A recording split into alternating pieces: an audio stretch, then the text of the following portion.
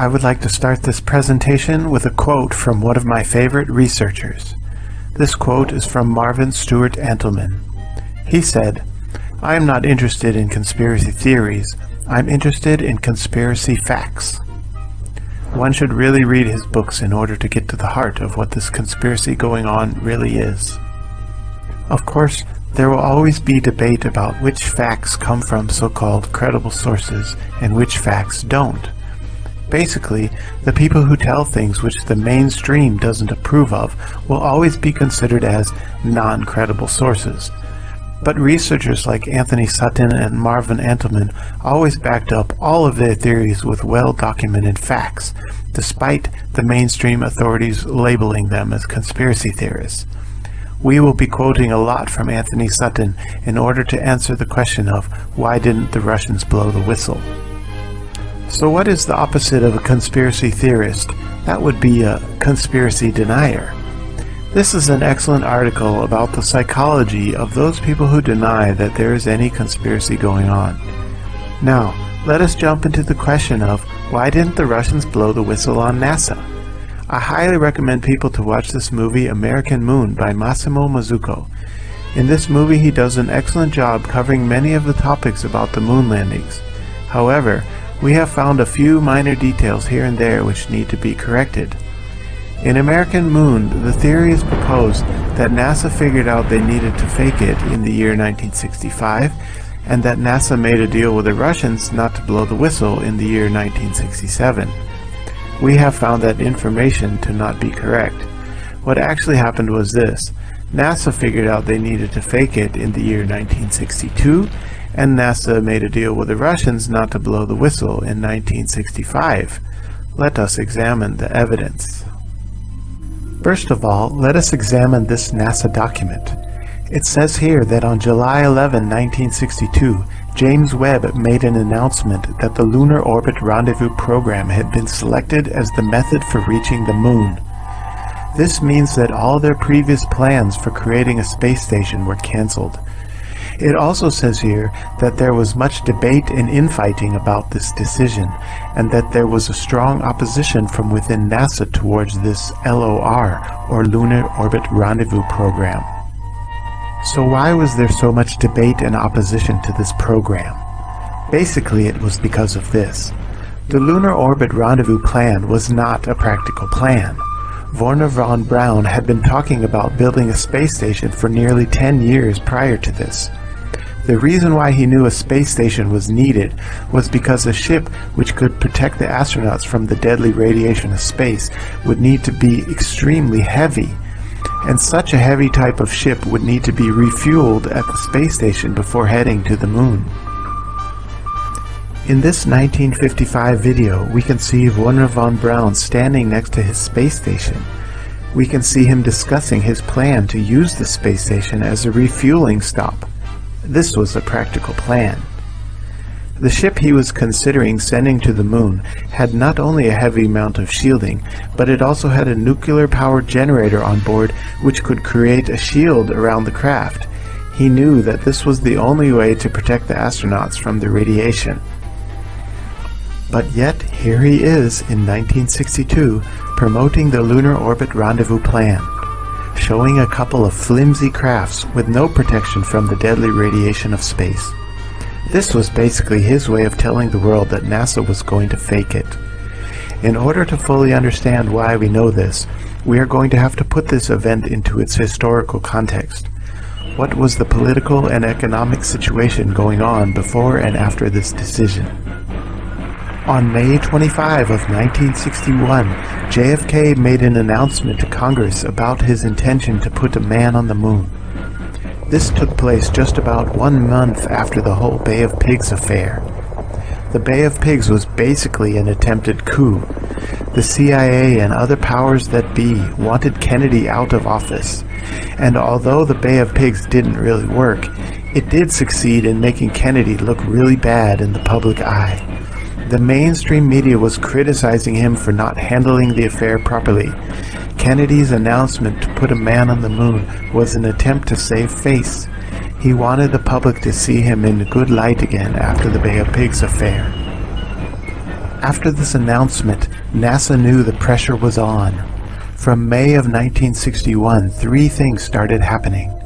First, NASA had to decide which plan they were going to use to get to the moon, and they also needed to start preparing a budget for this plan. The third thing was that Congress had to discuss among themselves and agree how much money to award NASA. To make matters worse, NASA knew absolutely nothing about the moon at the time. They hadn't even been able to send any craft to the moon, and had only barely succeeded in sending the first man into space just a few weeks before. Basically, all their plans for sending a man to the moon were based purely on science fiction. From 1961, the discussion going on was between which one of three options they had for reaching the moon. The first was to send one super big and super heavy rocket on a direct course to the moon without a need to refuel. This super big and heavy craft was known as the Nova, but this approach seemed highly unlikely. The rocket, which had carried Alan Shepard up into space on May 5th of 1961, was already much bigger than anything they had ever built, and that one didn't even go into Earth orbit. Earth orbit was not achieved until February 20th of 1962, and since they were having so much trouble just reaching Earth orbit with one rocket, imagine how big one rocket would need to be in order to carry a man all the way to the moon. So then the choice came down between the other two options. One was to create von Braun's space station and send up a heavy craft there to refuel, and the third was this so-called Lunar Orbit Rendezvous program.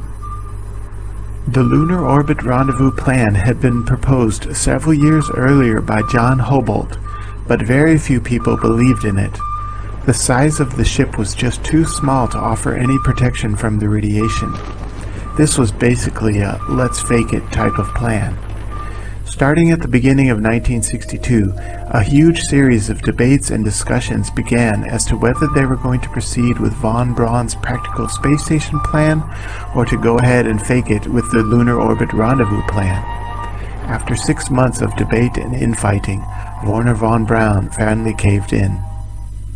On June 7, 1962, von Braun stood up in a meeting and read from a prepared note announcing that he was officially accepting the Lunar Orbit Rendezvous plan. He was probably not very happy about this decision, but he felt that at least it might be possible to send unmanned crafts to the moon by using this approach, because trying to build a giant ship and a giant space station was certainly not going to happen by the end of the decade.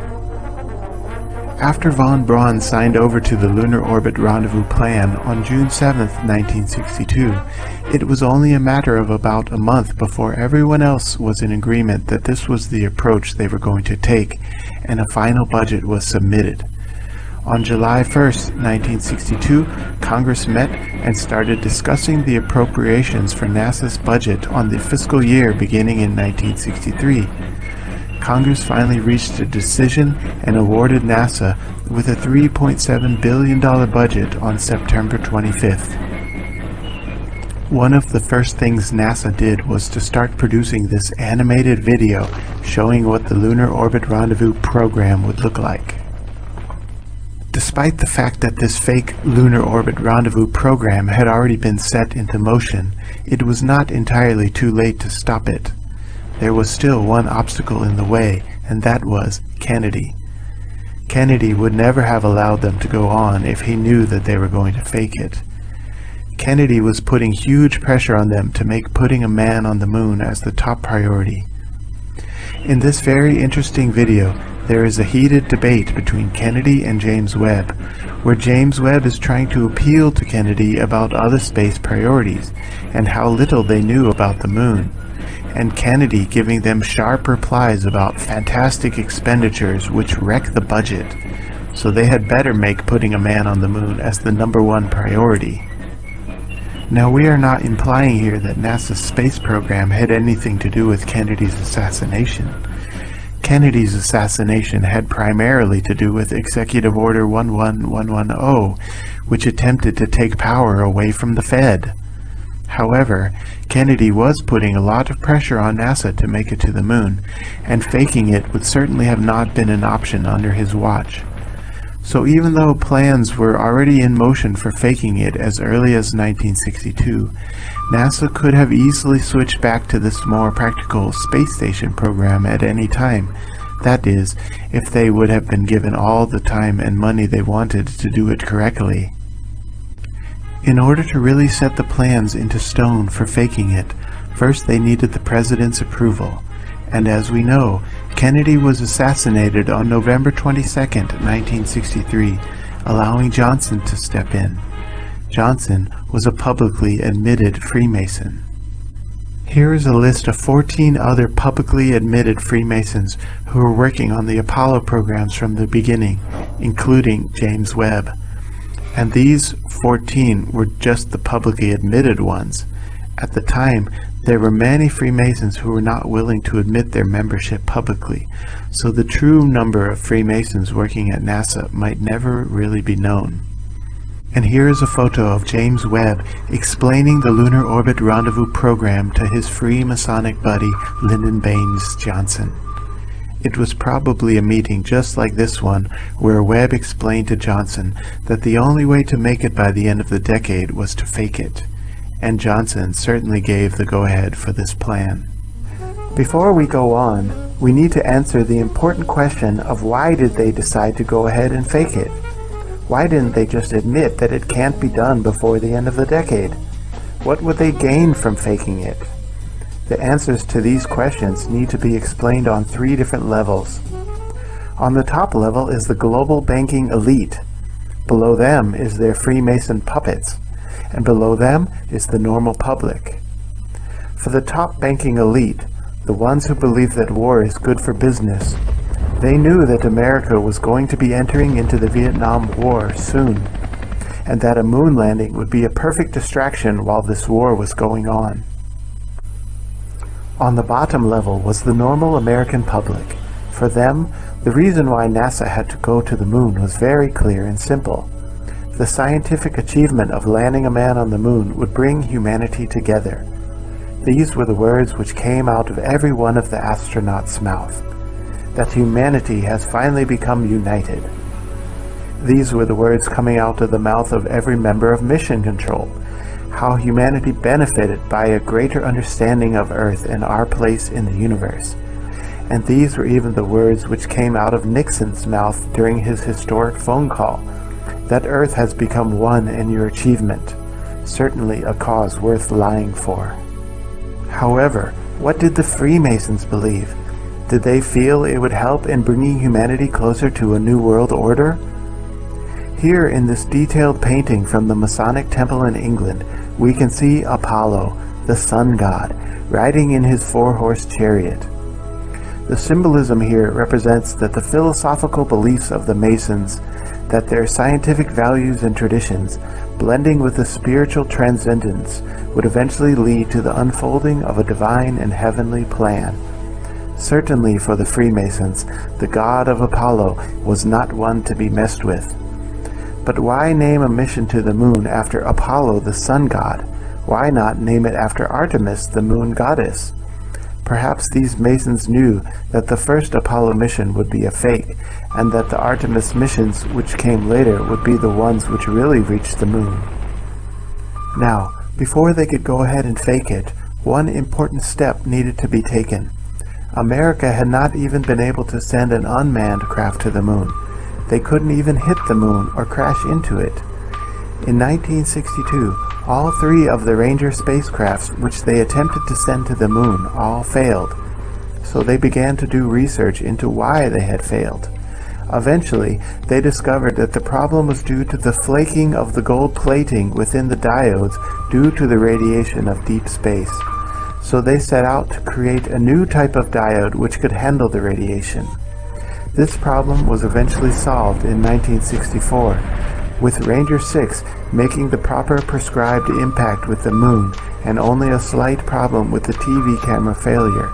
And finally, by Ranger 7, they were able to keep the TV cameras rolling all the way down until the lunar impact. However, we still haven't addressed the question of why the Russians didn't blow the whistle on the Apollo hoax. In order to answer that question, we are going to need to take a closer look at what was going on in the Soviet Union at the time. In the same way that Kennedy was a wild card for the bankers in America, Nikita Khrushchev was a wild card for the bankers in the Soviet Union. He had been a lifelong friend of Stalin, but once he came to power in 1953, he turned against Stalin and started a process of de-Stalinization. What does this mean, really? Stalin was a cruel and ruthless dictator, but he was still a puppet of the bankers. He was an actor and he played his part well. At the end of World War II, Stalin was told that the Soviet Union needed to start pretending to be in a Cold War with America, and Stalin played that role very well. Nikita Khrushchev didn't play along with that game. He wasn't interested in playing this fake game of artificial hostilities with America. He wanted a clear and open friendship with America. Kennedy and Khrushchev were both working towards peace, but peace was not something which the bankers wanted. In the same way that the bankers wanted to get rid of Kennedy, they also wanted to get rid of Khrushchev. And in both cases, the Bay of Pigs was used as the excuse. In the same way that the mainstream media in America attacked Kennedy for not handling the Bay of Pigs correctly, the mainstream media in the Soviet Union also attacked Khrushchev for not handling the Bay of Pigs properly. In 1964, Khrushchev was taken out of office, and a new puppet which the bankers could control was put into place. Indeed, had Kennedy and Khrushchev remained in power, there could have even been a joint US-Soviet moon mission. Kennedy proposed the idea to the United Nations on September 20th, 1963, but the powers that be did not want that to happen. The Soviet media ignored the event and refused to even report on the fact that Kennedy had made this proposal, and Khrushchev was not even allowed to reply. The powers that be wanted the so-called Cold War to go on. The powers that be had bigger things in plan. Firstly, they wanted the Vietnam War to escalate, with the US fighting on one side and the Soviet Union supplying weapons to the other side. Also, there was another wild card which they had to get rid of. The leader of Czechoslovakia had also started this process of de-Stalinization, or making friendship with the West, and he had to be removed. The invasion of Czechoslovakia began in 1968 in order to remove Alexander Dubček from power. In October of 1964, Khrushchev was removed from power and Alexei Kosygin replaced him. So who was this Kosygin, and why was he the perfect man to carry on this great Cold War hoax? It would be impossible to find out if he was a member of any secret societies, because supposedly secret societies had been banned during the time of the Soviet Union. But as we all know, the true story of what goes on behind the scenes always remains hidden from us. Kosygin had been a good friend of Trotsky, and in particular had supported a movement started in the Soviet Union known as the United Opposition. This was a group who had opposed Stalin and for which Trotsky was exiled in 1928 and eventually assassinated in 1940.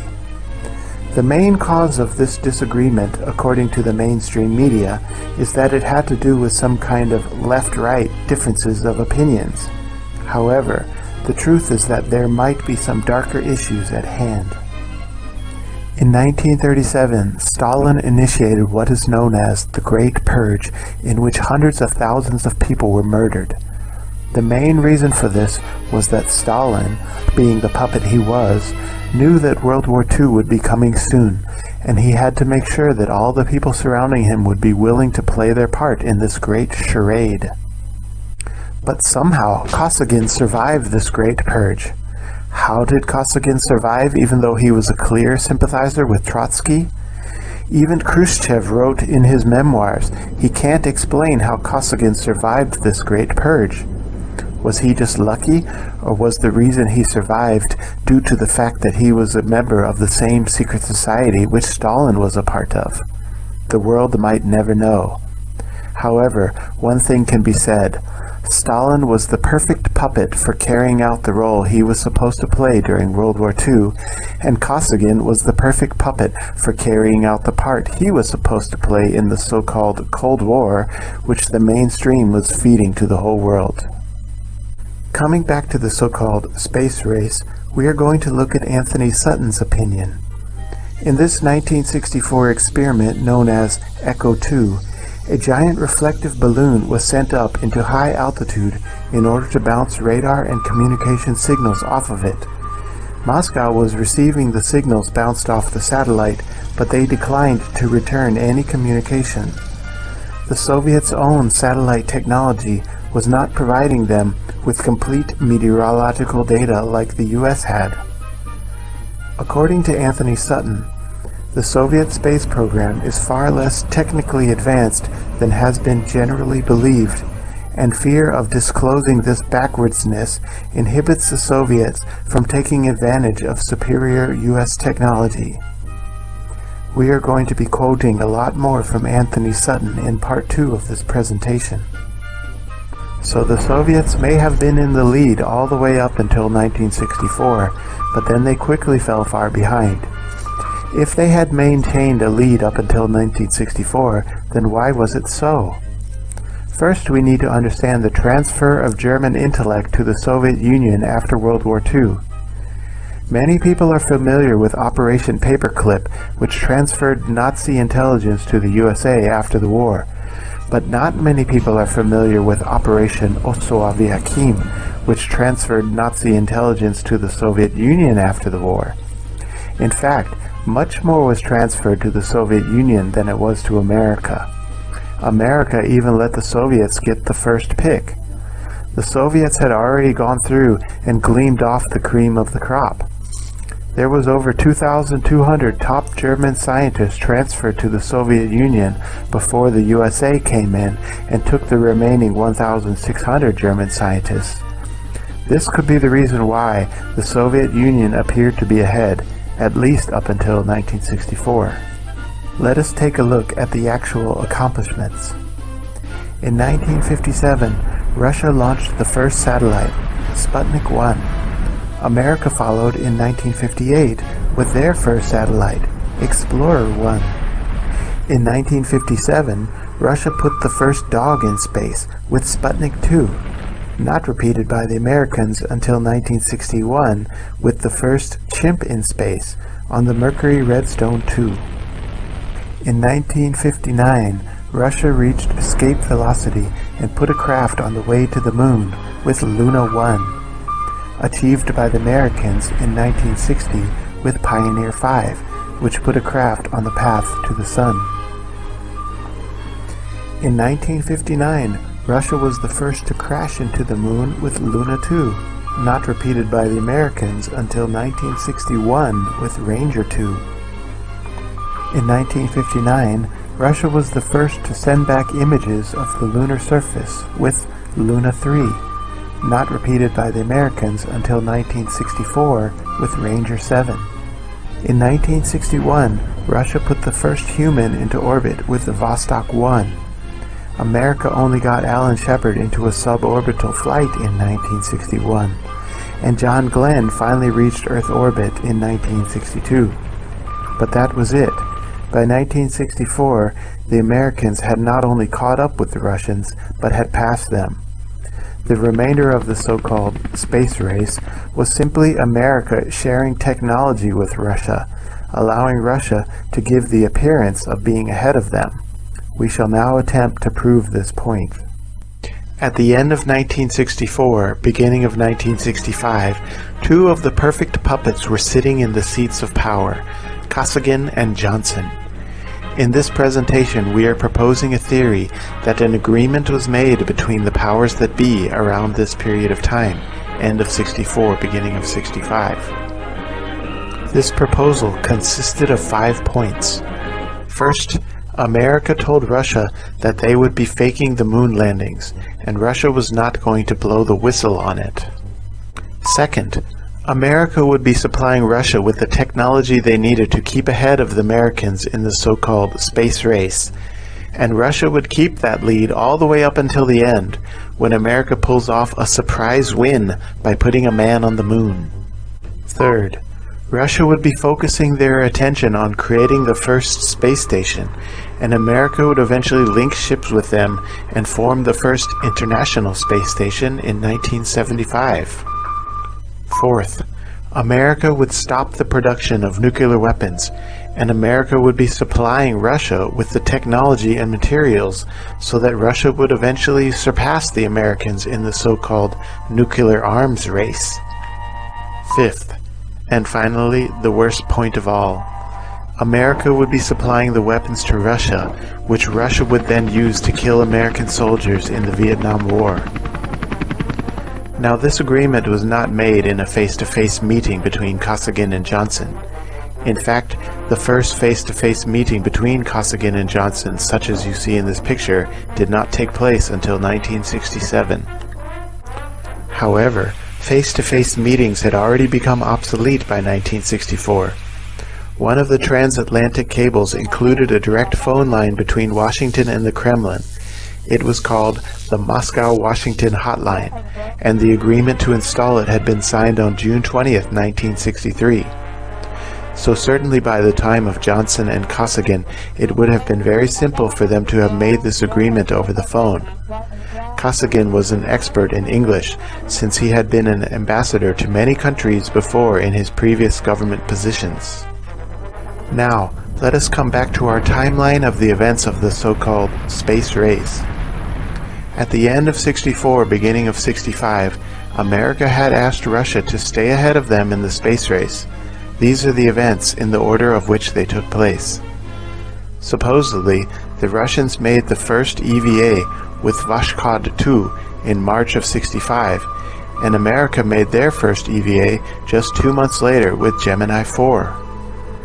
The Russians made the first soft landing on the moon with Luna 9 on January 31, 1966, and America made their first soft landing on the moon 7.5 months later with Surveyor 2. The Russians put a craft into a stable lunar orbit with Luna 10 on April 3, 1966, and America put their first craft into lunar orbit just 2 months later with Lunar Orbiter 1. And finally, the Russians sent animals to orbit the moon and come back to Earth on September 14, 1968, with Zond 5. And the Americans, of course, didn't need to send animals first. They supposedly just went ahead and sent humans to circle the moon just 3 months later with Apollo 8. However, there is a problem with this timeline. America had asked the Russians to stay ahead of them in the so-called space race, and that required them to do their first EVA on March of 1965. However, the Russians said that they would not be technically ready to make that deadline, so America told them, "That's okay, you can just go ahead and fake it."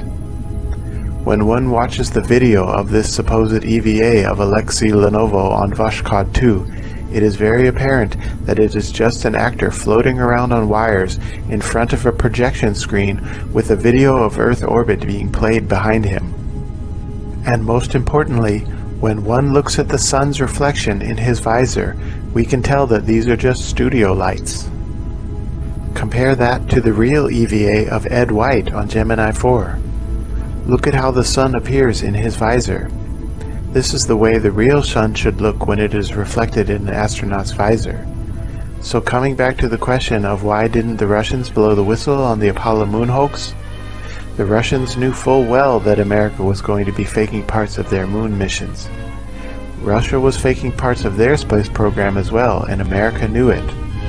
Neither side was going to blow the whistle on the other side. Now, let us come to the question of the so-called nuclear arms race. According to Wikipedia, America had supposedly been trying to keep their nuclear arms technology a secret from the Soviets, and that it was only thanks to the efforts of a few spies that this technology was leaked to the Soviet Union.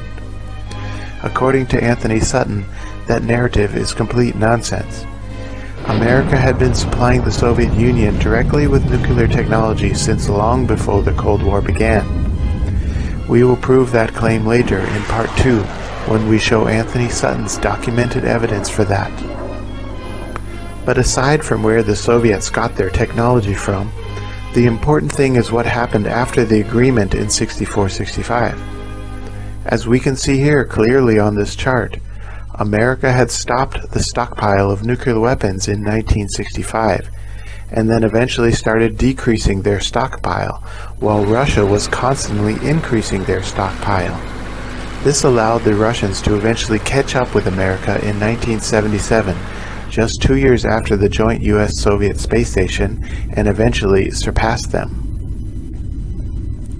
We can also see here in this chart how from 1964 on, the US was constantly decreasing both the number of launchers they had and the overall megatonnage of nuclear weapons they had, while the Soviets were constantly increasing them.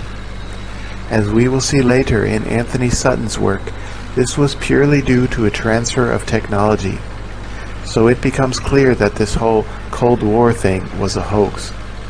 Both the so-called space race and the so-called nuclear arms race were pre-planned events, with technology being leaked to the other side in order to create an artificial illusion of a Russian lead. Now we come to what must be the most scariest and most troubling event of this whole Cold War hoax. On July 2nd, 1964, Johnson passed the Civil Rights Act. He did this not because he was concerned about the actual civil rights of any of the American people. He mostly did it to ensure he would win the November elections, which were coming up at the end of the year. The public would be very impressed by this, as the battle for civil rights had been going on for a very long time. The public, however, had no idea of what was to come. They had no clue as to the plans being made in secret meetings, and how Johnson would soon be leading them into a very long and bloody Vietnam War. So 1 month after Johnson passed the Civil Rights Act, he gave the green light for the false flag attack which would drag America into the war.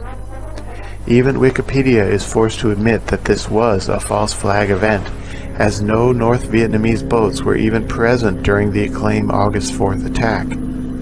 Regardless, the mainstream media jumped all over this Gulf of Tonkin incident, just like they did with the Pearl Harbor false flag attack, which brought America into World War II, and the RMS Lusitania false flag attack, which brought America into World War I.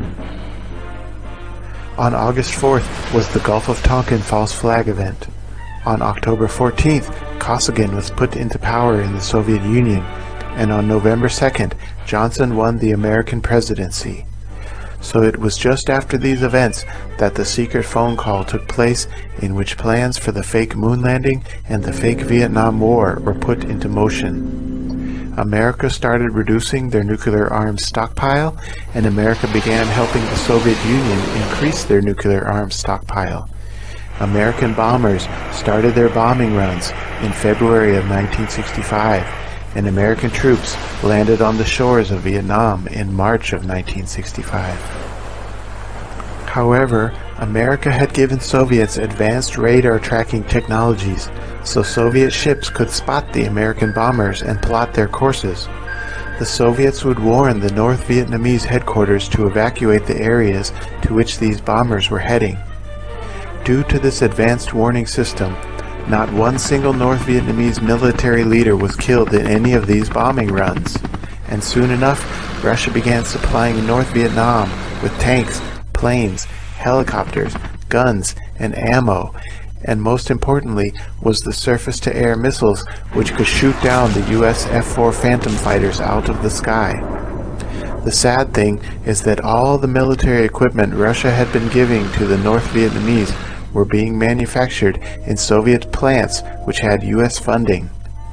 As we shall soon discover in Anthony Sutton's research, these Soviet weapons factories were not only founded by US industrialists, but also the raw materials they were processing also came from US sources. So basically, the US was supplying the weapons to the Soviet troops, which would then be used to kill the US soldiers.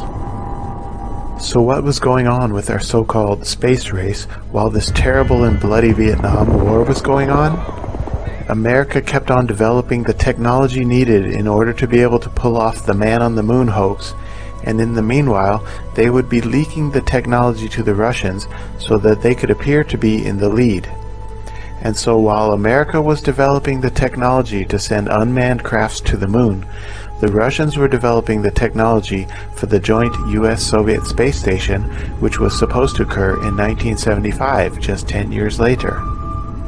In 1967 was the Soviets' first attempt at docking two Soyuz crafts, but the astronaut died.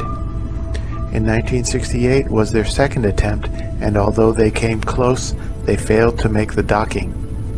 In 1969, Soyuz 4 and Soyuz 5 docked together, which was a big step towards making their first space station.